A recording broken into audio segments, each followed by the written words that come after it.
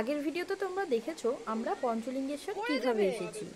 মানে এসে তিনজনা মিলে একসঙ্গে ভিডিও করতে পারিনি, একসঙ্গে ফটোশ্যুটও করতে পারিনি, কারণ আমাদেরকে কে ছবি তুলে দেবে বা কে ভিডিও করে দেবে একসঙ্গে। সেই জন্য আমি একবার ওদেরকে ভিডিও করে দিচ্ছি আর সোনুর পাপা একবার আমাদেরকে ভিডিও করে দিচ্ছে। এভাবেই অল্টারনেট করে ছবিও তোলা হয়েছে। যাই হোক, আমি তো আর প্রফেশনাল ব্লগার নই, সেই জন্য আমার কাছে কোনো ক্যামেরাম্যানও নেই যে আমাদেরকে ভিডিও করে দেবে বা ছবি তুলে দেবে। আমরা নিজেরাই যেটুকুনি পারি সেটুকুনি করতে হয়। আর মেনলি আমি কোথাও ঘুরতে গেলেই বেশি বড় ভিডিও আপলোড করি। এই ভিডিও আমার পক্ষে আপলোড করা সম্ভব হয়ে ওঠে না। তো যাই হোক, কোথাও গেলে সেই স্মৃতিটুকু ধরে রাখার জন্য আমি ব্লগ ভিডিও বানিয়ে থাকি আর সেটুকুনি তোমাদের সঙ্গে শেয়ার করি। তো ঝর্ণার জলের ওখান থেকে এখন দেখো আমরা ওপরের দিকে উঠছি। তো ওপরের দিকে উঠেই প্রথমেই দেখতে পাচ্ছি প্রচুর ভিড়। এখানটায় পুজো দেওয়ার জন্য অনেক লম্বা লাইন হয়েছে। আমরা যেহেতু পুজো দেবো না, সেই জন্য ওই লাইনের ওই দিকটায় গেলাম না। আর ওই যে দূরে দেখতে পাচ্ছ লোকের ভিড়, ওখানটায় হচ্ছে ঝর্ণার জলের মধ্যে শিবলিঙ্গ লুকানো আছে।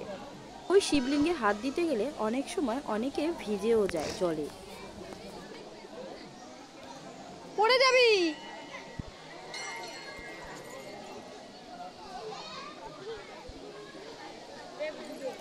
এই যে এত লাইন দেখতে পাচ্ছ, এই পুজো দিতে দিতে বিকেল হয়ে যাবে।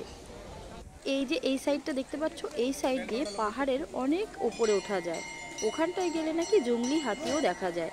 তো যাই হোক, আমি যখন 7 বছর আগে এসেছিলাম তখন একবার উঠেছিলাম ওপরে। এখন আর ওঠার সাহস হয় না, কারণ সঙ্গে আমার দুষ্টু সোনা আছে। এখানে দেখো অনেক লোক কিন্তু পাহাড়ের চূড়ায় ওঠার জন্য সামনের দিকে এগিয়ে যাচ্ছে। আর আমার বরমশাইও একটুখানি ঘুরে এসেছে। তো যাই হোক, যেখানে শিবলিঙ্গটা আছে ঝর্ণার জলের মধ্যে সেখানে আমরা যেতে পারিনি, কারণ ওখানে পুলিশ প্রোটেকশনও আছে। ওখানে পুজো যারা দেয় তারাই শুধু যেতে পারে, আদার্স লোককে প্রবেশ করতে দেয় না। তো যাই হোক, এখন আমরা ওপরে ঘোরা শেষ করে নিচের দিকে চলে যাব। তো দেখো এখান থেকে বোঝা যাচ্ছে যে আমরা কতটা ওপরে উঠেছিলাম। আর এখান থেকে সোনু তো হাত না ধরে নিচে নামতেই পারবে না, কারণ হচ্ছে মুখ থুবড়ে পড়ে যাওয়ার ভয় আছে। তো দেখো আস্তে আস্তে তোমরা দেখলে বুঝতে পারবে যে কতটা ওপরে উঠেছিলাম আমরা। তো সিঁড়িগুলো খুব খাড়া এখানটায়, আর একটু নিচে নামলে ওইখান থেকে নর্মাল সিঁড়ি পাওয়া যাবে। তো এই যে দেখতে পাচ্ছ যাওয়ার সময় যে ভিডিওটা করেছিলাম ঝর্ণার জলের, সেটা ওপর থেকে দেখতে কিন্তু বেশ সুন্দর লাগছে। আর যেহেতু এখন ডিসেম্বর মাস চলছে, সেই জন্য এখানে প্রচুর লোকের আনাগোনা চলছে। মানে প্রত্যেকেই এসছে ঘোরার জন্য, কেউ বা পুজো দেওয়ার জন্য। তবে তোমাদের যাদের যাদের পাহাড় পছন্দ, ঝর্ণার জল পছন্দ, তারা কিন্তু এখানে আসলে বেশ আনন্দ পাবে, কারণ এখানটায় একসঙ্গে সবই পাবে। মন্দিরও পাবে, ঝর্ণার জলও পাবে, প্লাস পাহাড়ও পাবে। আর উড়িষ্যা এমন একটা জায়গা যেখানে কিনা প্রচুর ঘোরার জায়গা আছে। ওরা হয়তো অনেকেই এসে থাকবে উড়িষ্যাতে ঘোরার জন্য। তো দেখো এখানটায় ঝর্ণার জলগুলো বেশি দেখা যাচ্ছে, সেই জন্য সোনু এখানটায় দাঁড়িয়ে পড়েছে জল দেখার জন্য। ওর তো ইচ্ছা হচ্ছে জলের মধ্যে নামতে, কিন্তু কি করা যাবে, আমরা নামতে দেব না, সেই জন্য নামতেও পারবে না। আর এই যে দেখো আমি নিচের থেকেও একটু ভিডিও করে নিয়েছি ওপরটা দেখতে কেমন লাগছে। এই যে সেই মেন গেট, যেখান থেকে আমরা 5 টাকার টিকিট কেটে ওপরে উঠেছিলাম। তো মহাদেবকে প্রণাম করে এখন আমরা সামনের দিকে এগিয়ে যাব, মানে বাড়ির উদ্দেশ্যে। চলো তোমাদেরকে একটু দেখিয়ে দিই, এখানে প্রচুর দোকান আছে। যাদের যাদের কেনাকাটা করার শখ তারা এখান থেকে অনেক জিনিস কিনে নিয়ে যেতে পারো। এখানটায় খুব সুন্দর সুন্দর শিবলিঙ্গ পাওয়া যায়, তার সঙ্গে সঙ্গে পাথরের অনেক জিনিসপত্র পাওয়া যায়। তো এখানে মেনলি যেহেতু শিব মন্দির, সেজন্য শিবের মূর্তিটাই বেশি রেখেছে সব দোকানে। এখানে এসেও যে কৃষ্ণ নাম শুনতে পারবো এটা ভাবতেই পারিনি। কৃষ্ণ নাম শুনে যেন আমাদের সেই নদিয়ার কথা মনে পড়ে গেল। চলো চলো হাত ধরো।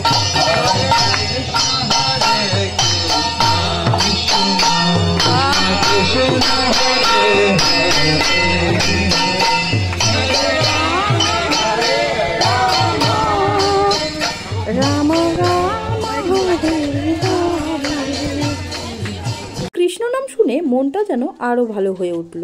আর এখানে দেখো মহাদেবের এই মূর্তিগুলো দেখতে কি সুন্দর লাগছে। তো এখান থেকে আমি আমার মহাদেবের জন্য একটা সাপ কিনতে চেয়েছি, সেই জন্য দেখো এখানে একটা ছোট্ট সাপ দেখে নিলাম। আর এইটা আমি কিনেছি, এই সাপটার দাম নিয়েছে মাত্র 40 টাকা। তো যাই হোক, সোনুর জন্য পাহাড়ে যখন উঠেছিলাম তখন কিছু খাবার কিনে নিয়ে গিয়েছিলাম, কিন্তু সেখানে গিয়ে ভালো করে খেতে পারেনি, একটা পড়ে গিয়েছিল। সেই জন্য দেখো এখানে এসে আবারও খাবার কিনে নিল। বাচ্চাদের মন বলে কথা, খাবারের দোকান দেখলেই খাবার কিনতে ইচ্ছা করে, কোনো কারণ থাকুক বা না থাকুক। তো এখানে আবার সোডার দোকান দেখতে পেয়ে সোনু বলছে, বাবা আমি জুস খাবো। ও তো বুঝতে পারছে না এটা সোডা, কিন্তু ও বলছে, বাবা খেতে কিন্তু খুব টেস্টি হবে জানো। আমি বলছি ঠিক আছে, তাহলে নিয়ে দেখো কেমন হয়।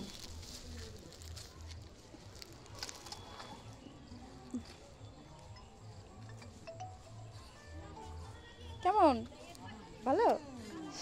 তো যেখানটায় গাড়ি পার্কিং করেছিলাম ঠিক তার অপোজিটে এই বড় একটা পাথর আছে। তো সোনু বলছে, মা আমি এই বড় পাথরটার উপরে উঠে বসবো। সেই জন্য দেখো সোনুকে পাথরের ওপরটাই বসিয়ে দিয়েছি, আর ও পাথরের ওপরে বেশ খেলা করছে।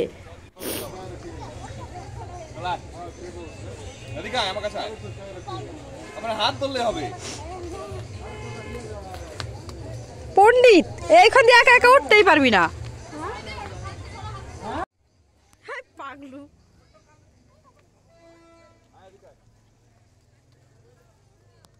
এখান থেকে পাহাড়ের ভিউটা দেখতে এত সুন্দর লাগছে কি বলবো তোমাদেরকে, সেই জন্য চলে এসেছি আবারও পাহাড়ে পাথরের ওপরে ফটোশুট করার জন্য। পাহাড় বলতেই যেখানে সেখানে শুধু বড় বড় পাথর আর পাথর। এখানে আর বেশিক্ষণ থাকা যাবে না, কারণ প্রায় সন্ধে হবে হবে ভাব। তো এখন আমাদের বাড়ির উদ্দেশ্যে রওনা দিতে হবে। তো যাই হোক, এই ভিডিওটা তোমাদের কেমন লাগলো অবশ্যই বলো, আর ভিডিওটা যদি ভালো লাগে অবশ্যই একটা লাইক করে দিও। তো দেখো আমাদের গাড়ি পার্কিং করেছিল এখানটায়, তো এখান থেকে এখন গাড়ি নিয়ে আমরা চলে যাব বাড়ির উদ্দেশ্যে। তো আজকের মতো টাটা বন্ধুরা, ভালো লাগলে অবশ্যই লাইক কমেন্ট শেয়ার করে দিও।